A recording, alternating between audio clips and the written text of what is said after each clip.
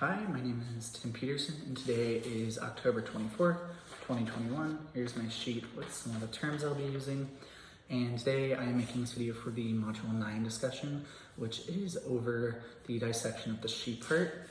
And some of the terms I will be discussing today include the right and left atrium, the right and left ventricle, the mitral valve, tricuspid valve, aortic valve, pulmonic valve, the intraventricular septum, endocardium, myocardium, epicardium, the chordinae tendineae, and lastly coronary arteries. So to begin with, here is our sheep heart, and we can begin with the left side, which on top, the very top chamber, which would be superior to the chamber below, would be the left atrium, and inferior would be the left ventricle. And then flipping over to the right side, the superior one would be the right atrium, below or inferior would be the right ventricle. And if we look inside of our heart on the left side, we will see the first valve we will be discussing, which is the mitral valve. And the mitral valve runs or separates between the left atrium and the left ventricle.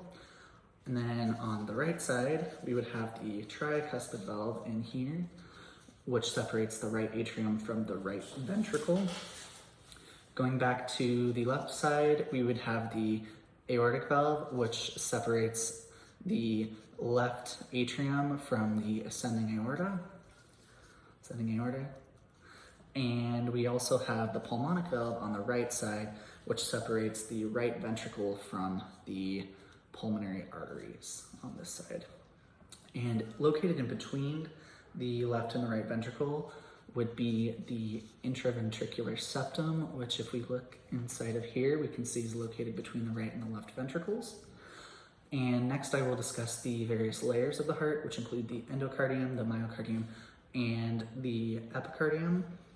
And so on the inside, some of this white covering we can see, it would be the endocardium, which is the layer that lines the chambers of the heart and also some of the openings of the valves. And then adjacent to that would be the myocardium, or the middle layer, which makes up what is known as the muscular layer of the heart.